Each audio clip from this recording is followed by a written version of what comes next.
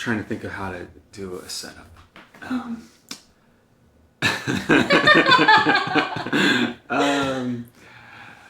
Let's see.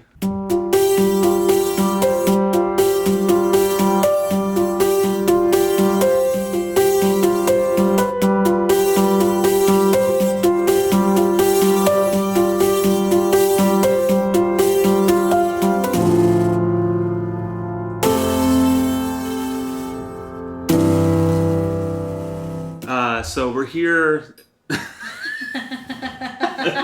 You can already see us just gonna go. Okay. All right. I feel like you need to shut up. So what's that? Yeah, we'll see. I might get to that. Well, I just came back from LA a few days ago. I'm not in LA anymore because LA is on fire, and obviously it's not on fire here. So while I was out there, I was able to talk to a few friends across the film, TV, and music. Got snow on my hair. Music arenas. And it was very interesting, so I'm gonna start releasing those interviews today. And the first one is with a friend of mine. Her name is Thais Drassinower.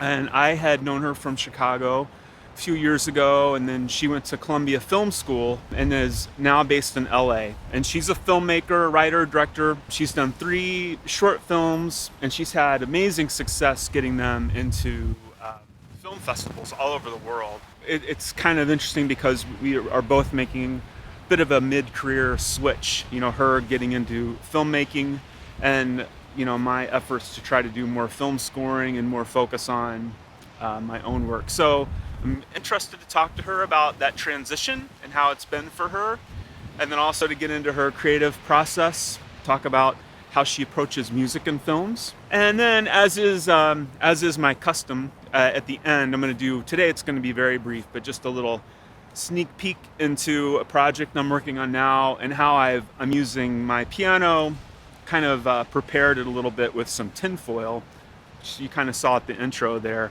And I'll kind of show you how I did that and how I'm processing it. But that's all. So let's jump into the interview back in LA, which is where I kind of wish I was right now. Although it is very pretty out here, so can't complain too much.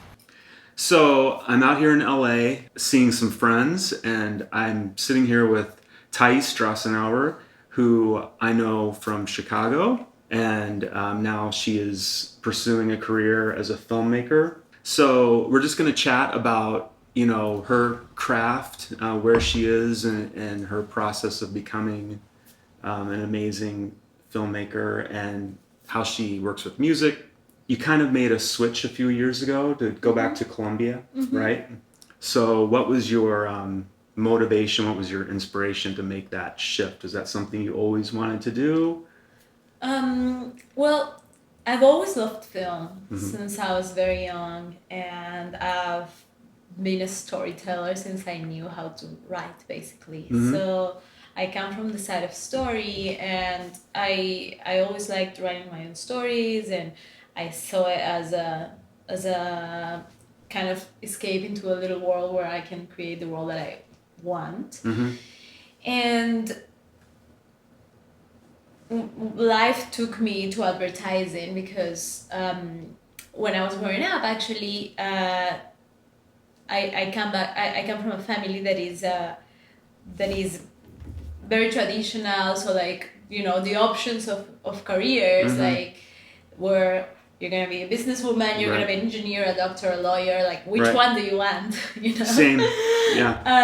But art wasn't even in the map. So it's not like I wanted it and they said no. I couldn't even consider it. Yeah. Because I didn't grow up with that in the atmosphere of my house, and so, but I always liked storytelling. So I've always been passionate about psychology as well, and I landed in advertising as, for me, the perfect combination of psychology, business, and creativity, storytelling, and it was great actually because I got to write my little stories and then go out and shoot them and then see them on the screen, and and that experience actually took me to set. And when I was on set, I fell in love with the process of the direction, working with the actors, and then I started realizing, wow, okay, I can actually do this, you know? And that's when the call came, and I decided to jump all in and study filmmaking. And I wanted to, you know, I was telling stories, but they weren't my own stories, and I just wanted to tell my own stories. Wow.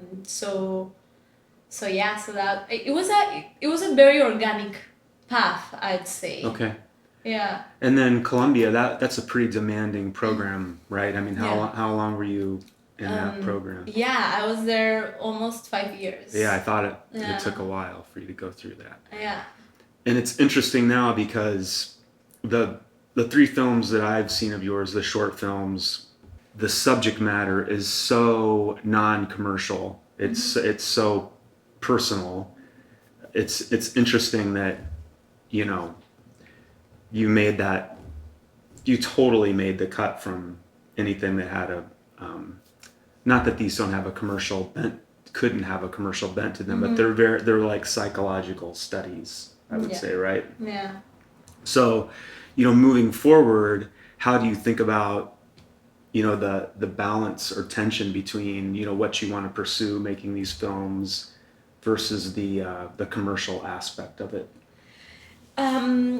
Well, I really do make my films about subjects that are very important to me, but with the objective of making the audience feel something. You know, like I the reason why I tell the stories is to actually generate a reaction within the audience, and feel for these characters, and feel sad and feel joy and feel empathy, and come out of the theater with the film in their mind, and be able to like discuss it and like broaden the conversation within the subjects that I'm treating in my films. So I always have the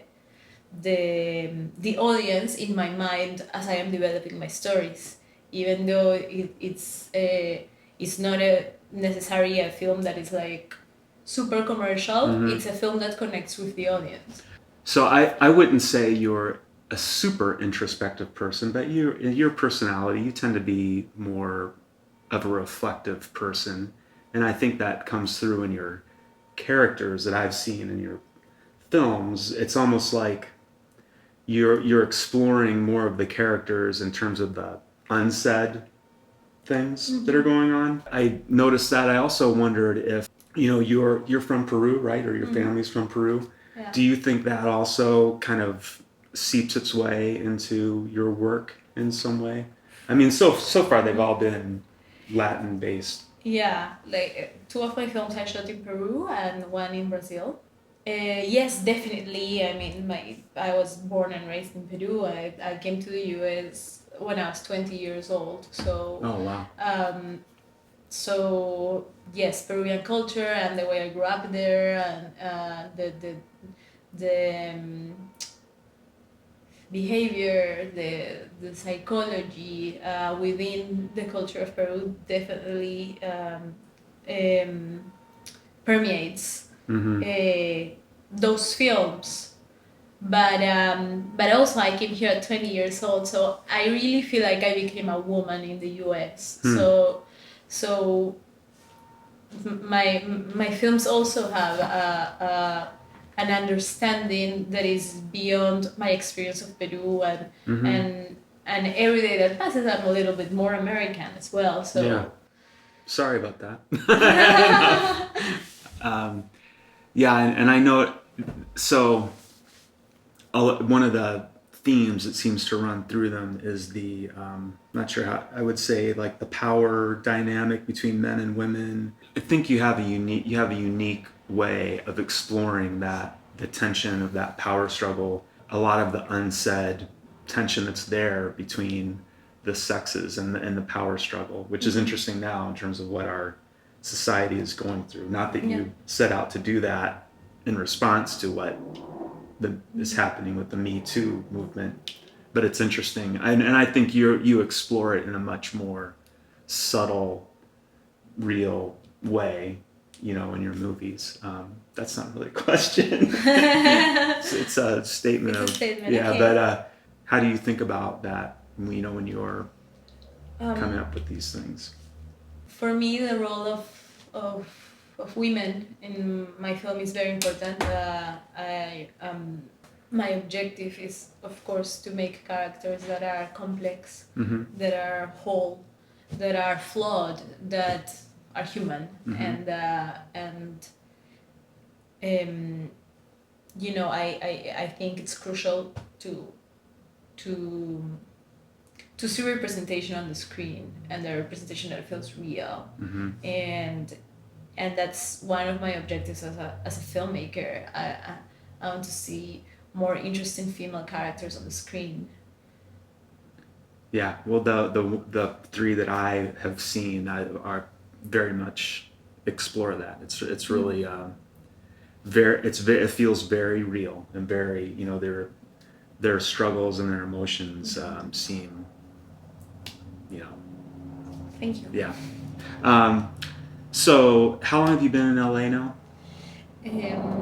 A little less than a year. Okay. Yeah. And how is that going? Do you Great. yeah. Do you what was the thinking? Just so much of the industry is here. You felt like you needed to be where so much of it is happening. Yeah, it was always going to be the next step after New York. Mm-hmm. I knew that after I finished my master's, I wanted to come here, you know, set a network here, and yeah, the industry is here. Mm-hmm.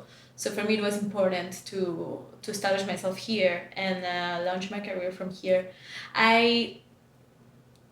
The other thing about LA is that, I mean, I've been coming since I live here. I've come many times since I live in the US, and every time it surprised me in a very interesting way. Like, I think it's a magical city, and people here are, you know, chasing their dreams, and therefore you see, like, you meet very driven people. Yeah.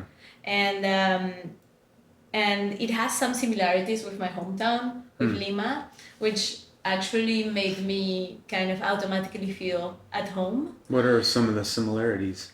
Well, it's the Pacific, which is, you know, I grew up by the ocean, so for me, I lived in Austin, I lived in Chicago, and I lived in New York. Now I live in LA, and this is the first time that I'm by the Pacific again, and it's the energy of the Pacific is yeah, even the light is a little different. Yes. Right?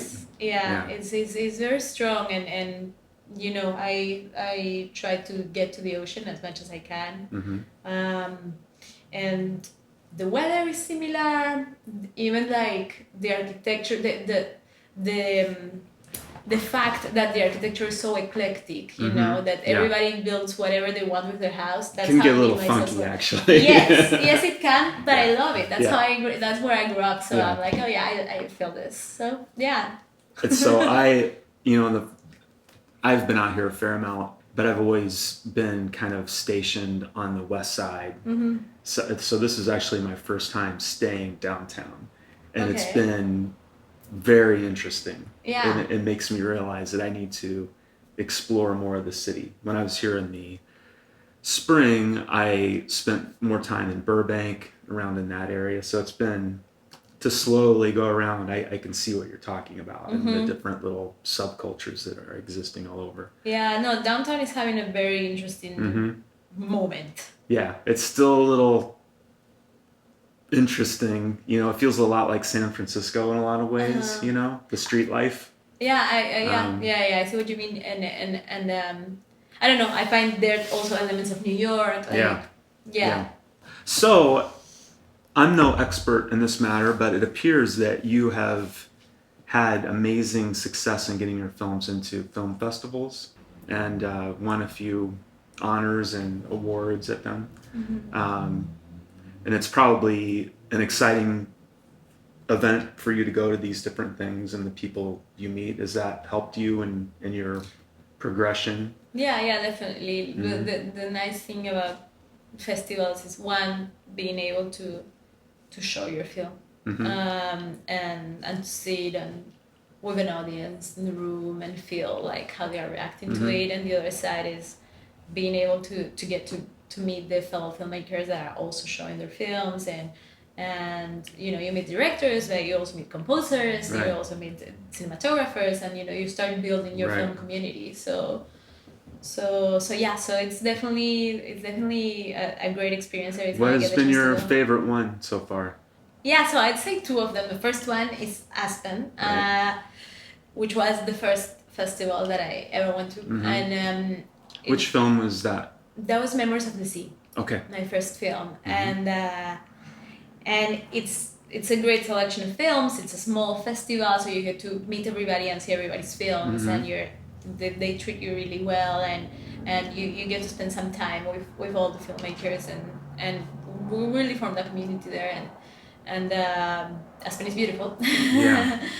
Yeah, and so that one, and then Latino Media Fest, which is one that I was just part of. Yeah.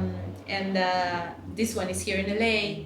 It's focused on Latinx filmmakers, and it's really geared towards the industry. So, Trying to promote people coming up in the industry in general. So for me, it's been great because I just moved here. I show my work. I get to show my work amongst other Latinx filmmakers. So I get to meet people from the film community, from the Latinx film community, and start also forming like a community, a family, and then you know, the people that have been watching the films, I had the fortune to win the audience award, so it was well received, and those people are the ones that are interested in working with Latinx creators. So you know, so from there, like, different meetings have popped up, like, you know, things are happening. Yeah. So you can really see the results of the festival. Yeah. So that's cool.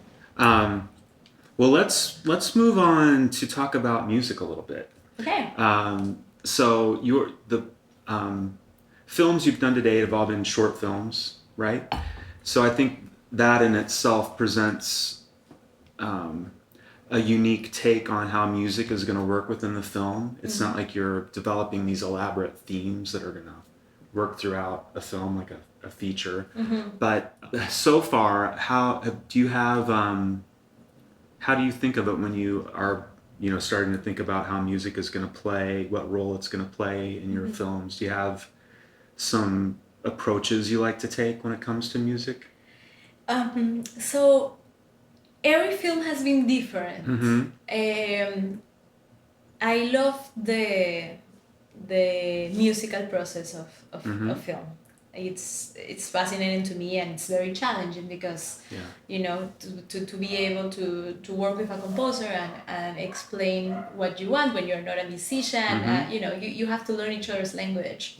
And it's you know, I still have a lot to learn, but so far the experience has been great. I've worked with great people. With the first one, the music was kind of the first thing that came to my mind, even before I knew my shots, even before. What instrument is that?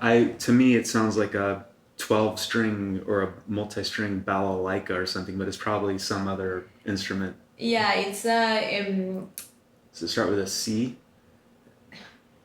Yes, so wait a second. It's called I can kind of see it. charanguito. Yes. Okay. Yeah, it's a charanguito. Okay. Yeah, it's beautiful. So you kind of had that sound in mind. Okay. Yeah, and from there, you know, I contacted these Peruvian composers and told them what I had in mind, and they were great to work with. Yeah. They did a beautiful job, I find. Yeah, it's awesome. So what I want to ask you about is the collaborative process. Okay. You know, so I've found that when working on long form projects, that the temp music is helpful, but it's also really nice when you get to throw it away. And when you know, if you're the director, it's your vision and you have that power a lot of times. I mean, I know there might be other producers involved, but do you use temp music, and do you like to reference it and then be able to discard it, or do you get stuck on it sometimes? I mean, yeah, it's tricky yeah. process because Yeah. like, you know, when you're finding your temp music, you want to find the best temp music you Yeah. can, and then, you know, then it's the way the brain works. It just Yeah. makes the connection, and then suddenly like you kind of cannot see it existing with anything else. But then once you actually work with the composer and find your music, and if you know you have the fortune to work with a great composer, you won't miss that temp music at all. Right. But it's a process. It's a process to wean yourself out of it, Yeah. and like adapt to the new music. I don't know if there could be a different process to do it. I think that temp music can be very helpful to see, you know, kind of what's in the director's brain in terms of the pacing and how the music either needs to push or pull the emotion of the scene. But I have found, I'll talk about a project I'm working on now. You know, there was temp music, but, you know, through the process of starting to develop our music that we're going to actually use on the film, of, you know, slowly the temp music all kind of got trashed, and we ended up starting over.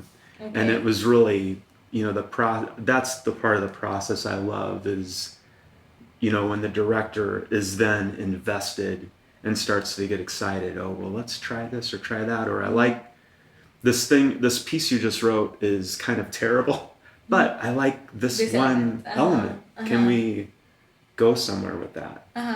You know, if there's time, which in a lot of, that's what I was trying to say before, in a lot of realms, there's not the time to explore. Yeah. But with film, or TV, that's more of a documentary style thing, as opposed to a series, there is time. And I love that. Yeah. No, it's a fascinating process. Yeah. You know, so in talking about the whole collaborative process and having time to experiment, so this is the piano that was playing there at the beginning, and working on a project over the last few weeks, and was having my piano tuned by good old Carl, and he had it opened up like this, and I'm sitting on the other side of the room watching him, and it always kind of fascinates me. And I was thinking of ways, you know, we could process the piano, or, you know, do some prepared piano stuff. And I'm sure this has been done before. I mean, I don't think I've ever seen it, but I use aluminum foil, and I'll stick it in the guitar hole or put it on guitar strings to get kind of a fake guitar resonator sound. And I thought that would be cool to try on the piano. So I just kind of hung it from the felt pad bar here, and it's cool. It gives like a metallic attack. No, that's no surprise, but it also resonates and rings differently depending on the note.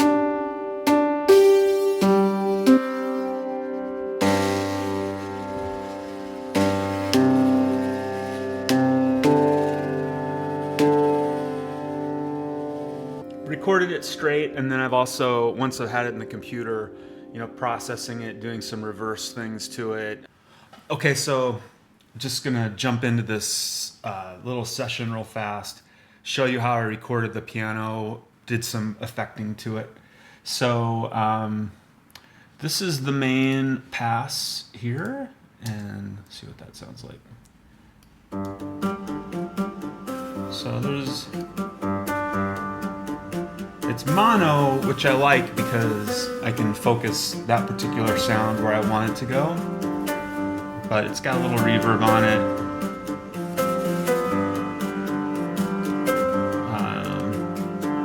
And of course, my favorite channel strip right now, the Focusrite.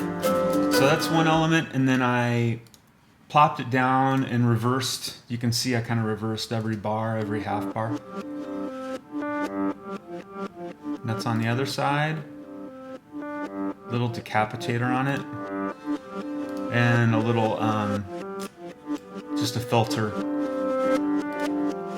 So together, you got those. So it just kind of enhances the rhythm a little bit. And then I created, I'm not sure how I created this one. Let's see.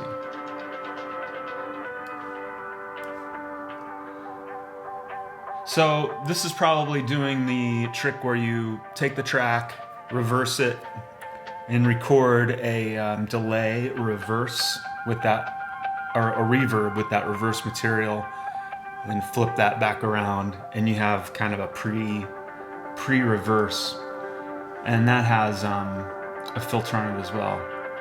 So all those are kind of going on here. So together, that all sounds like this. So there's kind of a pad coming out of it.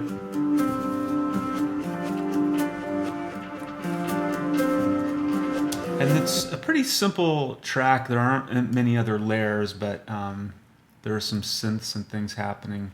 This is kind of what the whole thing sounds like. Of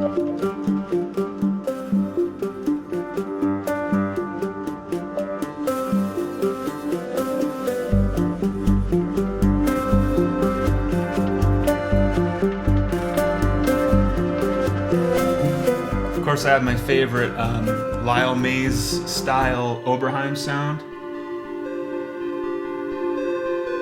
When you look at the old Lyle Mays performances, him with Pat Metheny back in the day, he always had one of the big Oberheim 4-voice, and not even an 8-voice, like the old school style. And he kind of gets that warbly pitch thing. I love that sound, so I recreated that on my Oberheim.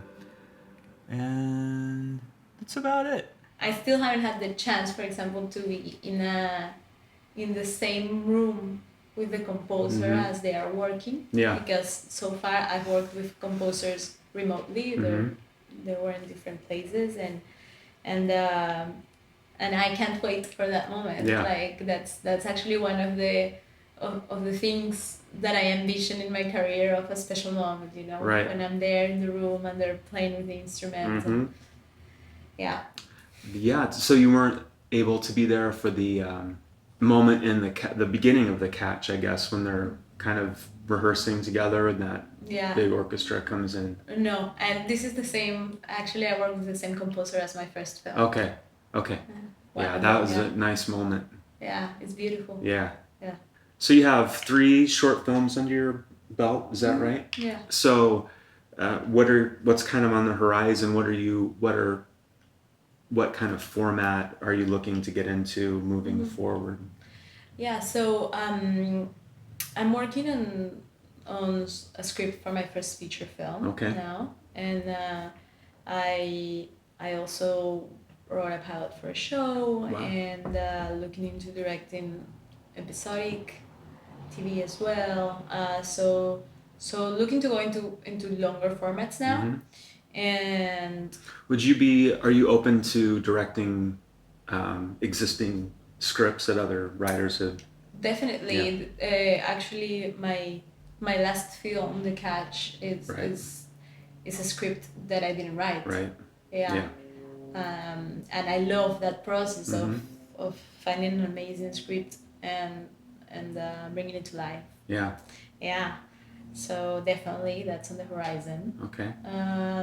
And also looking into going back at the same time to the commercial world, but from the perspective of a director. Okay. I think it is an interesting moment for branded content because it's not tied to the TV requirements anymore. So like there's you can do a lot format, more you can explore so I think it's having a renaissance as a format. Yeah. So I'm also open to exploring that and telling stories that I find interesting within that. Very cool. Yeah. Great. Was there anything else you want to cover, or do you feel like you want to say to my vlog community?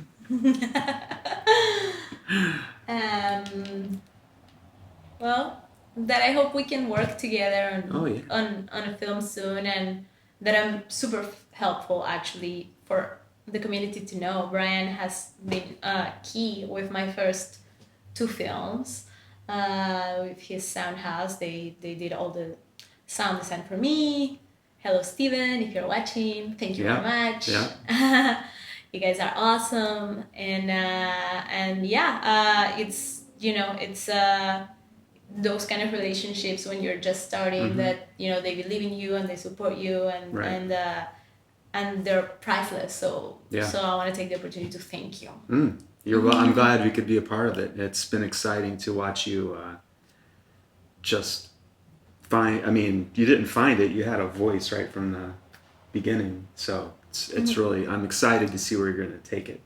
So, Thank you. Thanks for taking the time to sit down and share some deep thoughts with us. And thank you.